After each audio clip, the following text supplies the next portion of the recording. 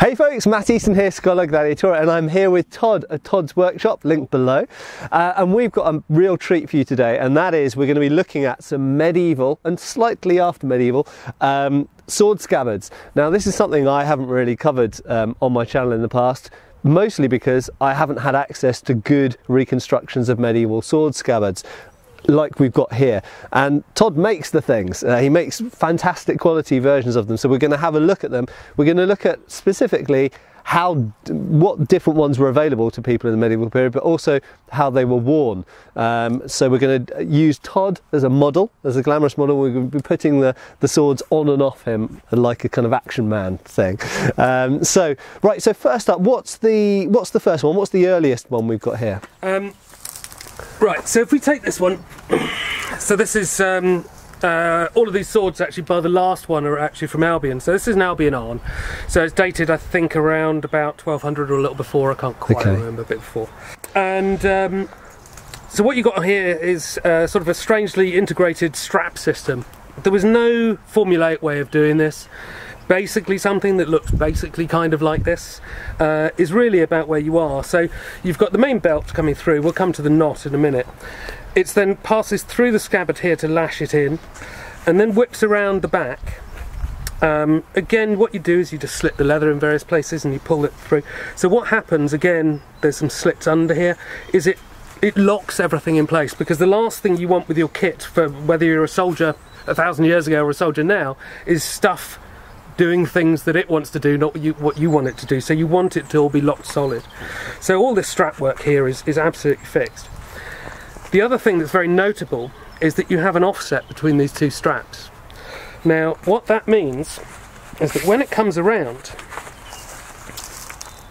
that comes down lower and that comes up higher, and that pulls it into your body. I'll just show you how to do the knot here. I've actually got a video from a few years ago on my site about how to do these knots. Oh, okay. So I'm pretty sure that I've seen this type of hanging system in earlier Frankish, sort of, you know, Anglo-Saxon Viking era art. I don't actually know how early it goes back. Yeah. Certainly 9th, 10th century Vikings, they did. Yeah. They hung their scabbards in a few different ways. Yeah. This was one of the ones they did. And then, actually, curiously, the next scabbard along is quite similar to the Viking ones. It seems, I don't suppose it did drop out of use, but it seems to have dropped out of use, the Viking style of tying. And then it comes back after this, in fact. But so what you do is you just pass the two ends of the strap. You pass through the other end of the belt there. Yeah. You form a loop with the bottom one, and then it's like half a bow. So you just form another loop on the top, and you just pass it through. So how did you work out this method? From pictures, or? You can see pictures, yeah. And then I can't remember, I may have interpreted it myself, I may have picked it up from somebody else, the power of the internet, I can't remember.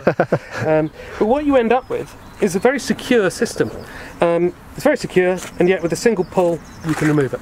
So out of interest, once that's tied up, so sorry, I'm going to make you retie it again. So once that's tied up, if you swing around or move up and down, how does the sword sit? Does it move around much? And it actually sits quite well, because obviously the nightmare with the sword is that it just flops all over the place. Or gets tangled between your legs while you're walking. Exactly, those things.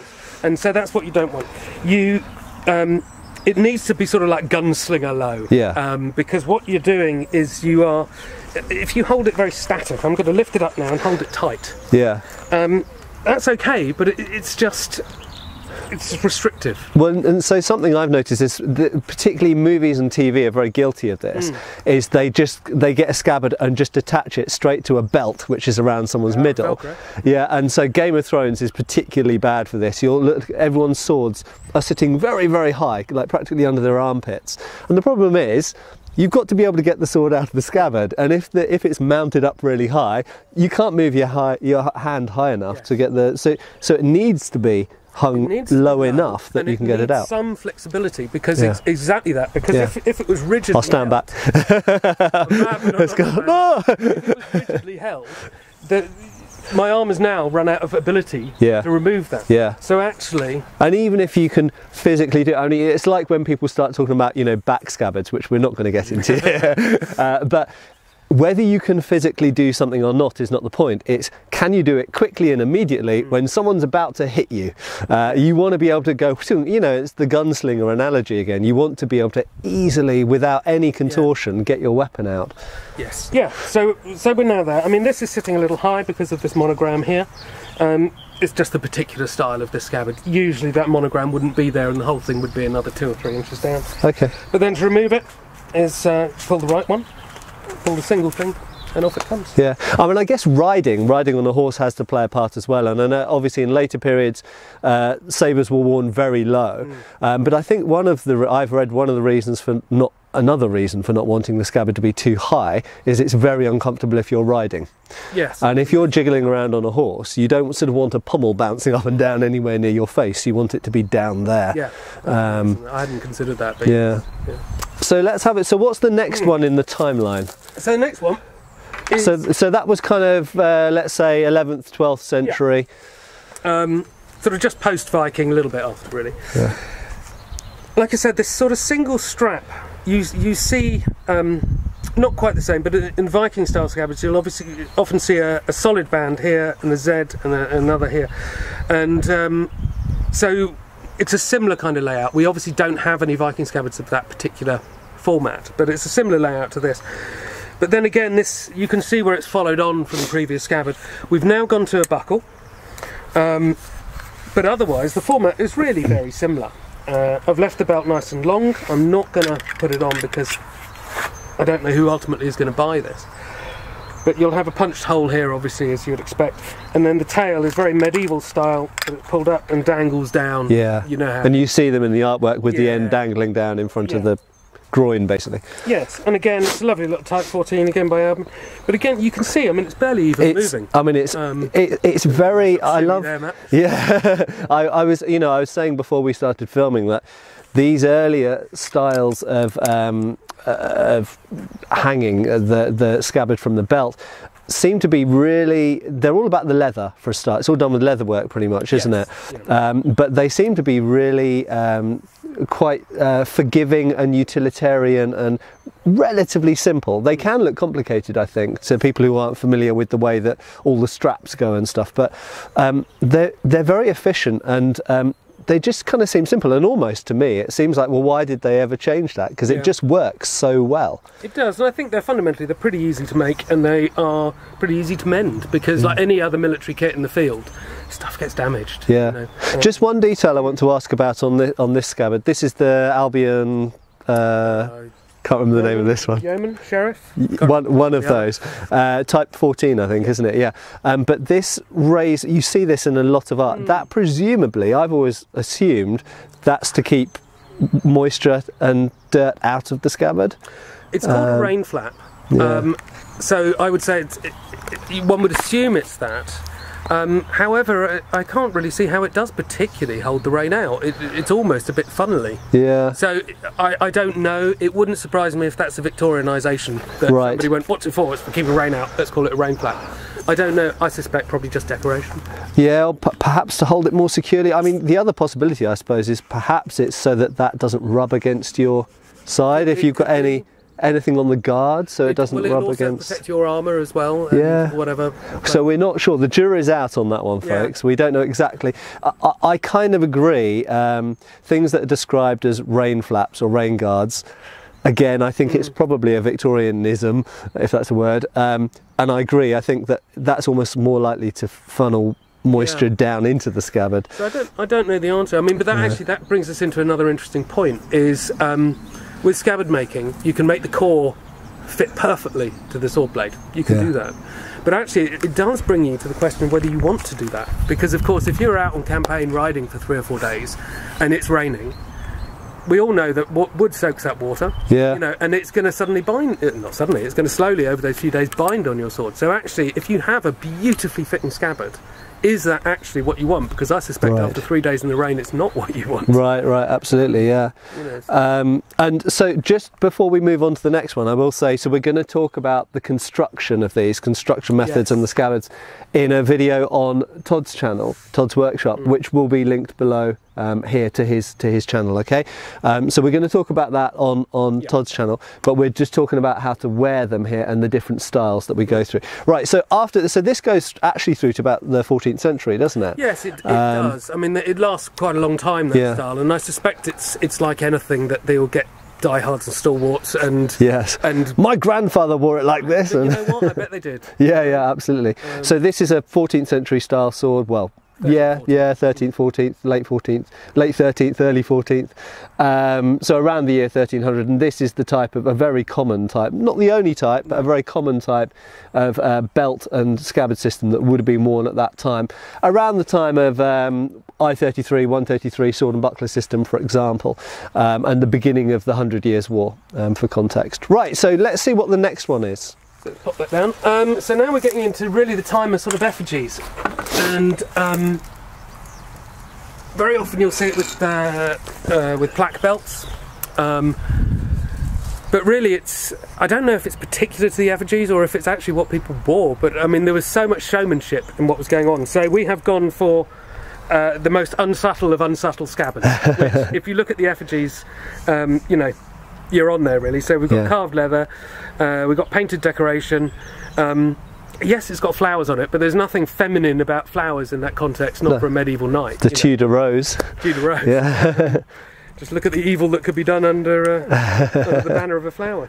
But what is curious about this now is we've got a very long, very decorative belt.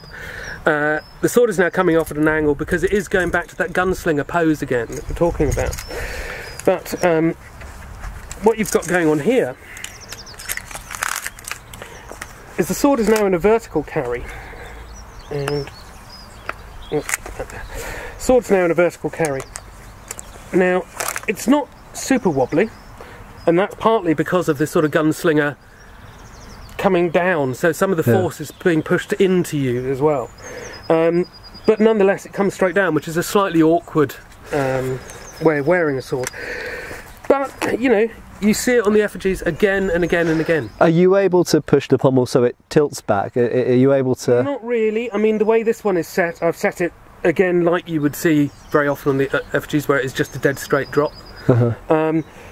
By adjusting the strap length here, which would be done during manufacture, you can change the angle. So yes, you can get some slight angles. What you couldn't really get is a severe angle like that. It wouldn't hang properly. Yeah. But that's, I mean, in case of preference and fashion. Yeah, what I found when trying to wear swords in a vertical position is the issue is whenever you have to pick something up, because as soon as you bend your knees and go down like this, the bottom of the scabbard ploughs into the ground, and like boom, and there you go, and you get a load. Exactly, you get a load of pommel in the armpit or face, depending which side it goes. So yeah, it's a strange. It's one of those things we maybe don't yet fully understand the context of why. Yeah. They switched from having these very utilitarian angled scabbards that seem to be perfect and function perfectly in every way, to suddenly having this vertical style of Mohicans and flares. Yeah, I don't. There's not necessarily any explaining it. I think. No, it's and maybe there's some. Maybe there's some subtleties we don't yet know all the details of, I don't know, but I want to just mention quickly a couple of other things about this particular scabbard. So as you mentioned, there are a number of effigies. If you take the Black Prince's effigy, for example, which dates to about 1370s or 80s, he died in 76, I think, so about 1380, and he's got this type of dagged decoration, doesn't he? And this becomes actually, particularly on English effigies and brasses, really almost normal on the high-end ones anyway. Very, very typical motif. So it's great to see that. Interestingly, you'll notice it's still got this leather flap above that. So we've got some elements that we see earlier with new things applied on. But also, you know, as Todd said, the decoration on the scabbards, you've got to remember, medieval aesthetic, fashion aesthetic, was very different to ours, okay? You've got to remember, this is the age of where men thought that very, very tight hose, essentially practically tights, leggings, and a pigeon-chested, doublet was the way to go. You know, very different to a modern idea. And while many people might look at the Black Prince's effigy and think that looks really cool, you know, really cool armour, blah blah blah, you've got to think about it all would have been brightly coloured as well, and everything. The churches were painted, the houses were painted, their clothes were all lurid colours, and the fact that this leatherwork is decorated, this is how a lot of scabbards would have been. A lot of us now choose our scabbards to be, you know, black or dark red or brown or whatever you particularly prefer, but a lot of their scabbards would have been bright, lurid colours, decorated with all contrasting, clashing colours and stuff. And we can absolutely see this. We can see the decoration carved on, well, we can see it in manuscripts, but we can see it carved on some of the effigies as well. So it's really great to see this kind of construction. I have said this before in videos, but I would urge any of you getting high quality medieval replicas, whether it's of clothes or whether it's of weapons, to think about this and think, you know, I'm going to be out of the ordinary. I'm not just going to go for a black scabbard. I'm going to go for a, you know, green and purple scabbard with you know, crazy decoration on it, because that's actually, I won't say it's more historically accurate, because of course we have plain black scabbards and plain brown scabbards as well. But when we're talking about the high-end stuff, if you're talking about high-status stuff, think about what would they have actually had. Yeah. I mean, it's a trap that I fall into too, because when I make scabbards, I actually like them to be quite austere. And I'll look at that, and I mean, you know, the red on this, it's a lovely, glossy sheen bit of leather. Yeah. Medieval times, people would look at that and go, my God, that's boring. It would hold no interest for them at all. You know, we appreciate the material of leather because it's not day to day for us. Yeah. But I think for them, it's just, that's a blank canvas, which is just utterly wasted. And to mention textures as well, and you know, the surface of this, I don't know if you can tell from the screen, but this is not just painted. It's stippled and it's carved and then painted. And I think textures, how something felt, was also important. And you know, the quality of leather. I mean, they lived in, I won't say they lived in a world of leather, but they, because that's a shop, but they, you know, lots of their things were made of leather, and they surely appreciated good leather and poor leather. For example, we know from judicial duel accounts that the duelists had to wear sheep's leather because this was the cheapest, most rubbish type of leather available, you know. And so leather being good quality and then worked was something that they would have seen as good. You know, that's something they would have paid a little bit extra to have more craftsmanship. Well, I think that's it. You've got layers of money, because you've got a nice scabbard, that's already money. You've then got carved leather, that's more money. Then you've got painted decoration, that's more money. And okay, these are straight fittings, bronze fittings, but they'd probably be gilded in reality, so that'd be more money. So actually what you're doing is every aspect of it, it's not just the material you've chosen, it's what you've chosen to do to that material that just goes ka-ching, ka-ching, ka-ching. Yeah. And this is your Rolex watch of the day. Yes, it's a weapon, yes, it's a sword, yes, people, you know, fought with them, but it's also your Rolex watch of the day. It's, you know, the tiny little details of that watch and how the face is decorated and how the hands are decorated. That's what, you know, it's the same thing that we're seeing here. Right, so this is from the later 14th, and into the 15th century, isn't it? So what comes next? Well then, really this sort of setup here, it's actually on a regent, which is an Albion regent, which is the end of the 15th. But this sort of setup of the hangers actually really comes from sort of mid 14th, as far as I can tell. And this lasts right through to the end of the age of the longsword, really. So again, can you just hold that for me, Matt? What you've got is a belt with a slider with a ring on it that is worn roughly over the small of your back.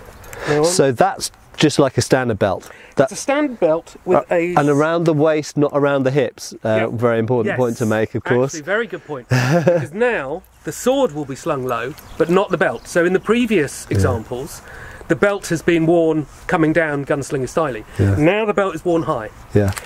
So at the natural waist, so you've got to remember the doublet, the shape of the doublet that was being worn at the time had a natural, you know, you had a pigeon, as it's sometimes called, pigeon-chested bit that comes in here, in at the waist, almost like a corset, and then a bit that comes narrow around the hips from there, but the joining line, almost like a wasp, is sort of the between the thorax and the abdomen, as it were, is here, right up at the narrowest bit of your waist. So I've just been adjusting the slider there. So I'm not going to put a hole in this because... Just give you guys a quick look at the Albion region. Very nice. So, as Matt was saying, it's now worn high. And on the back here, there is it's called a slider. It's basically like a buckle that just goes onto the belt, but you can move its position. And it's got a ring on the bottom. Now what happens now...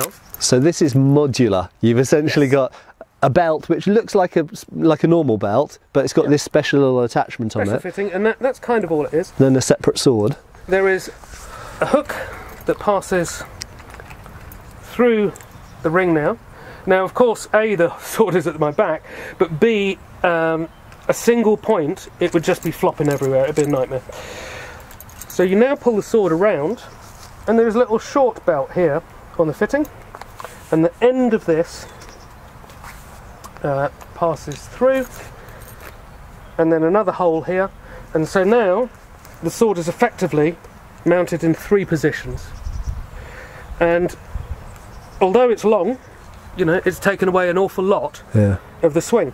Now, what you can do is you can mess around with the position of this and the length of that, and that allows you to adjust it to yourself. I've obviously quickly thrown it on, but it means that you can pull the whole thing around, you can change the angles, you can change effectively the amount of bounce in the system and so on.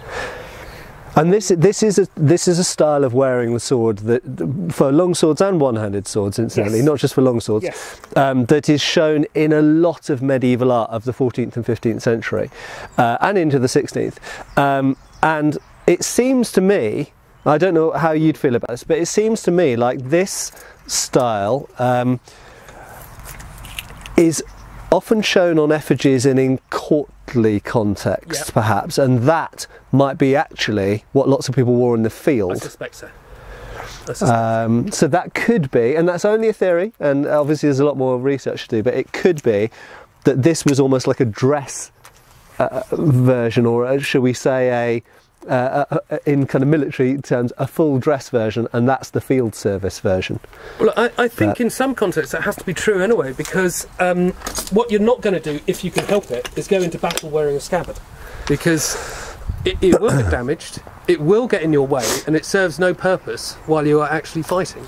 Well, you know, I mean, even if the sword's a secondary weapon and your primary weapon's a lance or a bill or whatever, or longbow, it could be that there comes a point at which time comes to draw the sword, and at that point you want to draw the sword and ditch the scabbard. And we know that this was, we know this was done in other periods and other places where okay, time's come to get the sword out because either everything's gone horribly wrong or you're mopping up the enemy or whatever. At that point, if you're taking the sword out, you may as well ditch the scabbard and get rid of it, because scabbards, frankly, are a bit of a liability flapping around especially if you're on, you know, uneven ground or anything like this. And the thing is, if you've got the money to buy something like this, the chances are you've got the money to replace it relatively easily. And if your life is at stake for, let's just say in the modern context, £500, $500, there's not a lot of choice there, is there? You just got to ditch it and carry on.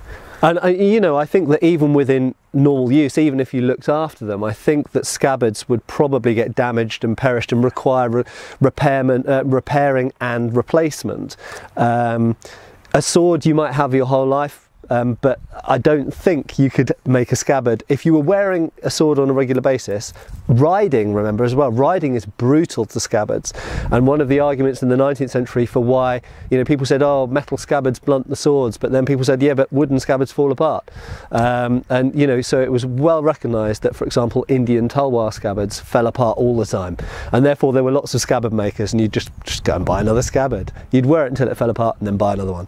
And I think it was probably the same in medieval Europe, that scabbards were not disposable in a cheap sense, because obviously if you had money you'd buy a good quality scabbard, but maybe think of them a bit like shoes. Yeah, they will. You know, someone who's got money will buy an expensive pair of shoes, but you don't expect the expensive pair of shoes to last forever. You will wear them out. You might even get them mended Yeah. But you're not going to die with the same pair of shoes you bought. And if you're very wealthy, if it get damaged, you might not even get it mended, because that might be, you don't want to be wearing a repaired, you just go, I'll buy a new pair of Jimmy Choos or whatever you wear. But yeah, Jimmy Choos is your thing, that's mostly what I wear. There's a secret. You guys don't know that because you can't see.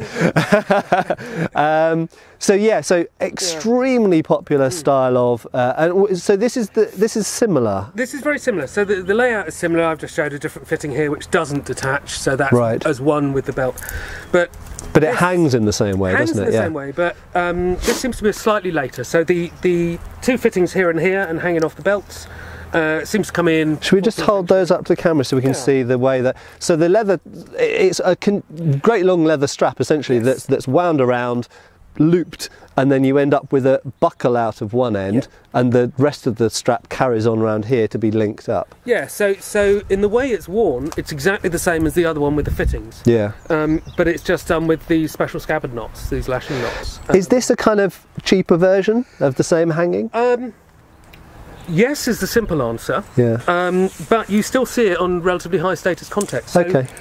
Yes, it is cheaper, and maybe that's where it started life. But it, perhaps a little like the bollock dagger, that actually it starts life as a low status object and ends life as a high status object. Yeah, yeah. Both. Maybe the Messer as well. The fact that you know, so yes, in terms of setup, layout, it's worn exactly the same way. Right. It's just an easier and cheaper and less metalwork heavy way of doing exactly the same thing. Right, so you've got belt around the middle, then one strap at the front, two straps at the back. So it's kind of triangulating. Again, I mean, it's not quite on the small of my back, but that should be about the small of my back. Yeah.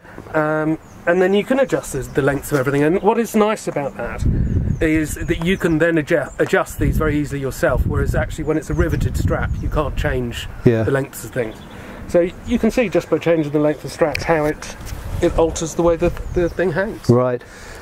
So one other thing I've noticed is how are these withdrawing the sword out? Can they all be drawn out one-handed without having to hold the scabbard down? Well, yeah, let's have a go actually. I don't know, it's not something So one of the big things, so in the 19th century a belt system came in which is still used around the world by militaries, by officers, called the Sam Browne Belt, and it's named after Sam Browne, who was an officer during the Indian Mutiny, and he got one of his arms chopped off, and because he only had one arm, this is how the story goes. I'll probably make another video about this at some point, but because he only had one arm, he wanted to be able to draw his sword without having to hold the scabbard down while he did it. And conventional 19th century two strap, two ring scabbard, if you just pull it up, the whole scabbard and the whole lot will come with the sword if it's a tight fit. So you have to hold the scabbard down and then pull the sword out. The Sam Browne Belt was so successful that it then spread out around militaries around the world and is still used today with revolvers and all sorts of other things. So with this type of system, let's see. Come straight out, which is what I suspected. I guess because you're pulling against the back there, so the scabbard is staying put. Yeah. If I lifted it up, even that, I'm only getting that movement, and that would obviously be a rather peculiar thing to do. Yeah. But then it stops. Yeah, very interesting. Okay. So I did wonder when you were demonstrating before if this style, I think, would have the Sam Browne problem, or the problem that the Sam Browne was there to cure. I think that this type would lift up the entire scabbard with the sword and probably be a little bit more difficult to get past your arm, the shoulder, maybe your breastplate if you're wearing armour. Okay, so it does still come out, it does lift up a bit though, doesn't it? And maybe if it was a tight scabbard. Yes, I mean, again, it comes back to that rain conversation. If you've got any jam in there, it's got to be a two-hand draw. Yeah, yeah. So interesting, and I think, as far as I could see from when you were demonstrating them, the earlier style that come around, let's just go around here, so I'll just do it. So this style doesn't have any issue at all with riding up at all. It comes underneath the arm. And it is also interesting that this position, if we look at the I-33 or 133, however you want to call it, Tau effect, but sword and buckler thing, the first ward, first guard with sword and buckler starts here. It's in exactly the position that you start with a scabbarded sword. So if you're creating a fencing system, it makes sense that the first position you learn to fight from is get your buckler out and your sword still in its scabbard. So this is almost the position you want to learn to fight from, is where the sword's gonna start. So I think that this earlier type gets around that problem of it not lifting up. I think it can it doesn't have any issue at all, because you're pulling forward more than upward. And there is a final sword. So this is post-medieval, but to give us the full context, because we know that's what you like. So this is from about 1600, but is a hanging system that was around since the 1500s. Yes, yeah, 1560-ish, something like that. They started bringing in systems like this. So this is post-medieval. So this is a reconstruction of a rapier that Todd's been working on from around 1600 with its matching dagger. And this kind of shows the evolution of one direction at least, because there were different options, but one direction in which the evolution of the sword belt went in. Do you want to tell us a bit more about it? So basically you've got the belt that you can wear day to day, just your dress belt with your dagger on it. It's worn at the back. Now this is for a slimmer man than me, but that belt's up. Just leave it jammed in place, I hope. Now we've got little sliders here, and the hook comes on there. Now if I just hooked that sword on there, it would just be wibbly wobbly all over again, and it'd be horrible to wear. So you need another pickup point, and that one this time comes across the front. So there's been a swap from going around the back effectively to going around the front. I'm not quite sure why. I'd guess it's a fashion thing, because actually it would make more sense to have a back strap as well as the front one. But it's just the way they've done it. So that just hooks up there to another slider on that side, and holds the sword fairly securely in that fashion. And you can sort of see how it relates to the longsword setup we were looking at before. It's like you say, the strap's on the other side, but it's a similar sort of solution, isn't it? Principles have to be the same. Yeah. Is that basically if you are going for a single point of hanging, or 2 points but in the same plane, if you like, so 2 points hanging from the top, you will end up with something which is just horrible. I think the other thing I'd say as well is that throughout this entire period that we've just looked at, there was the diagonal baldrick as well, wasn't there, which was used in various periods. We can see it in the early medieval period in some art. And we very occasionally see it in medieval art, and then in the rapier period, in the Renaissance, the diagonal sort of cross belt comes back and was quite popular during the English Civil War. Yeah. So there were certain belt systems which sort of never went away, or always, they may have adapted and changed slightly, but we see similar themes going. See, that's been absolutely fascinating. Scabbards and the ways that they're worn are not something that I've actually personally studied a lot, so you obviously have, because you've had to reconstruct them, and I think when you have to make something, you have to understand how it works. So it's great to get this insight, and I hope one day to have one of your lovely scabbards for one of my swords. So thank you very much, Todd. Thank you, Matt. Thank you. Cheers. Thanks for watching. Please subscribe. We have extra videos on Patreon, and you can follow us on Facebook.